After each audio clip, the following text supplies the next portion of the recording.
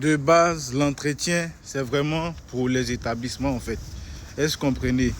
Maintenant, étant donné que quand vous prenez votre rendez-vous pour faire votre demande de visa, il n'y a pas d'entretien consulaire en quelque sorte.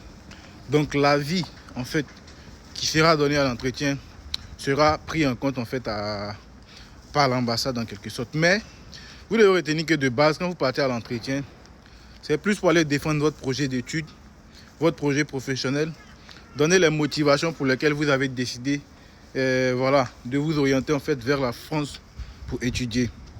Voilà.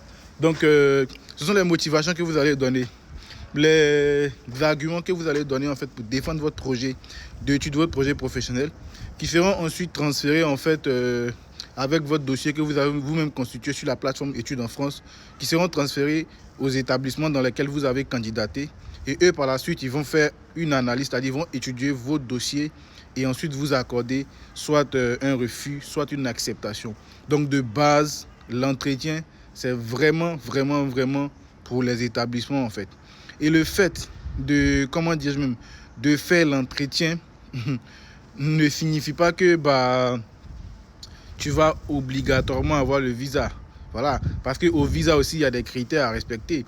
Voilà, quand tu vas finir peut-être d'avoir une admission par la grâce de Dieu et tout, quand tu vas arriver à l'étape de demande de visa, on te demande soit de donner les preuves, les ressources en fait financières en quelque sorte, et aussi tu dois justifier pour le logement. En fait, il y a d'autres critères qui rentrent en ligne de compte, pardon.